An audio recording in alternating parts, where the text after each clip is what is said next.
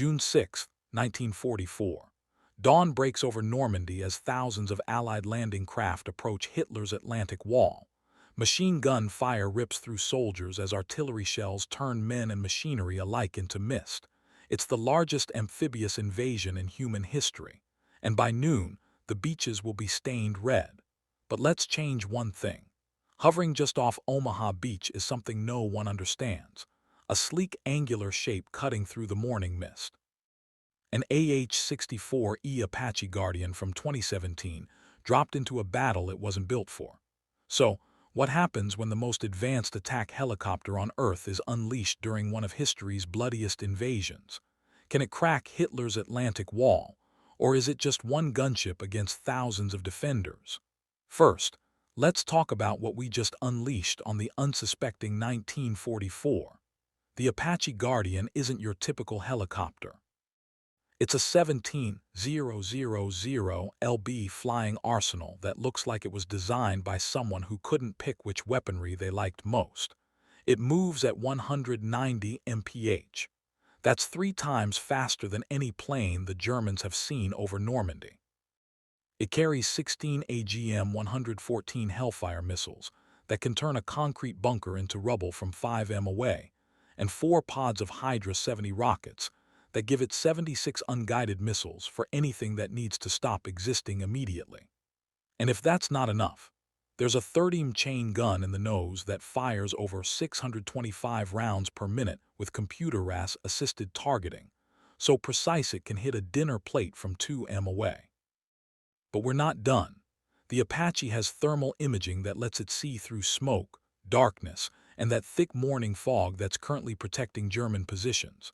Its radar can track hundreds of targets simultaneously, while its armored cockpit protects the crew inside.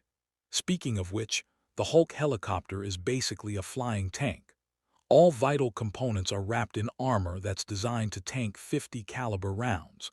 The Germans defending Normandy aren't exactly pushovers, however. Field Marshal Rommel has spent months turning this coastline into the Atlantic Wall, the most fortified stretch of beach in human history. We're talking 12 massive concrete strong points at Omaha alone, each housing 88mm guns that can punch through ship armor at 20 miles, thousands of machine gun nests with interlocking fields of fire, 6 million mines, and beach obstacles designed to rip open landing craft like tin cans. The Wehrmacht 352nd Infantry Division mans these defenses. Battlet-hardened veterans dug into positions on 100 ft cliffs. They've got mortars presided on every inch of beach, artillery batteries hidden inland, snipers in church towers. These guys have turned 5 beaches into what military planners call a death ground, a place where the only expected outcome is complete annihilation. At 600 hours, the Apache pilot gets the call. Below, the first wave of landing craft is 30 minutes from the beach, packed with soldiers who historically are about to face the worst day of their lives. The Apache rises from behind the Allied fleet and accelerates toward Omaha Beach, skimming 50 ft above the waves. German lookouts spot what looks like a strange dragonfly approaching fast, way too fast. The helicopter's targeting computer identifies the first strong point, a massive concrete casemate housing an 88mm gun. The gunner locks on from 3 m out and launches a Hellfire, a missile that streaks across the morning sky at 995 mph. Inside the bunker, German artillery crews are preparing to fire their first salvo when 20 lb of shaped explosive turns their position into a furnace. The bunker isn't just damaged, it crumbles in smoke and flames.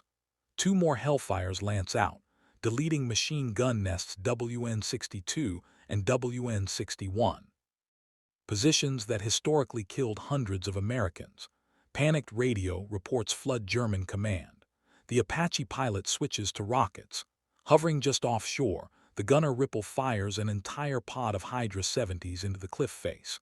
19 rockets turn a 4 mile of German trenches into a moonscape. Soldiers who survived months on the Eastern Front are vaporized by weapons that haven't even been invented yet. German anti-aircraft crews scramble to respond. A 20 flak Veiling quad gun swivels toward the Apache and opens fire. The helicopter's threat detection system chirps a warning, and the pilot simply sidesteps behind a smoke screen. 2 seconds later, a Hellfire is already on its way, and the flak position disintegrates. Now the Apache moves in for close work. The pilot brings the helicopter to 500 FT, and the gunner switches to the chain gun. Through his helmet display, he can literally look at a target and the gun will follow his eyes.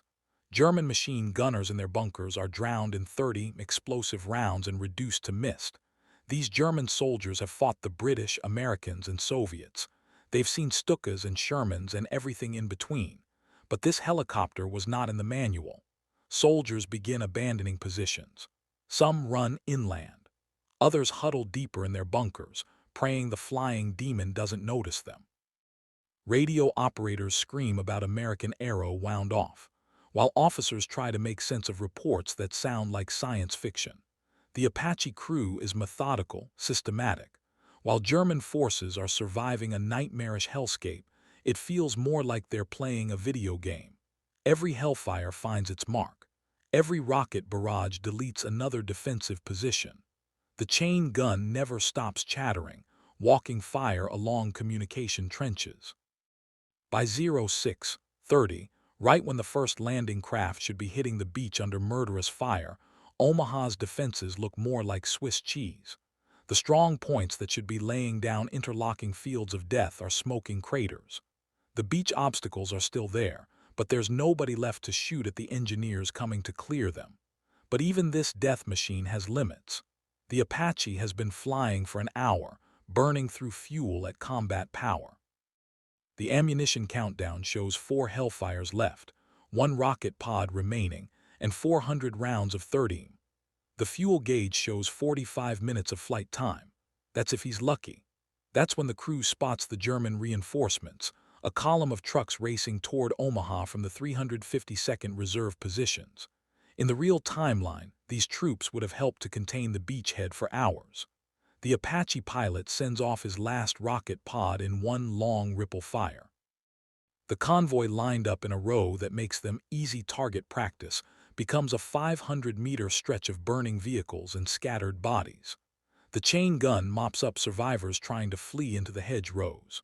With ammunition running low, the Apache makes one final pass over Omaha Beach. The crew can see Allied landing craft approaching unopposed beaches where thousands should have died. The Atlantic Wall, Hitler's impregnable fortress that took years to build, has been cracked open in less than 90 minutes. As the fuel warning light illuminates, the pilot realizes there's not enough gas to make it back to England. It'll have to land on the beach, but there's no way to refuel a turbine helicopter in 1944. The JP-8 jet fuel it needs won't exist for decades. This will be its final resting place. For a while, the Apache hovers, its chain gun spitting death at any German who dares show himself. When the ammunition counter hits 0 and the engine begins to sputter, the pilot sets the helicopter down on Omaha Beach among stunned American troops who have just walked unopposed onto a beach that should have been their graveyard.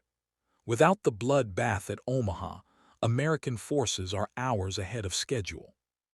Thousands of soldiers who should be dead are pushing inland while German commanders are still sending panicked reports about American super weapons. The psychological impact ripples through Hitler's forces. Rumors spread of an entire squadron of American flying tanks. So, could one Apache win D-Day? Yes, but not entirely. It would save thousands of Allied lives and plant a seed of terror in German minds. But D-Day happened across 5 beaches, not one. Even an Apache can only dominate one sector, so soldiers would still have a battle ahead of them everywhere the Apache couldn't be. Or what do you think would happen? And if you're curious what would happen if a modern tank fought in World War II, check out the video on screen now. Thanks for watching.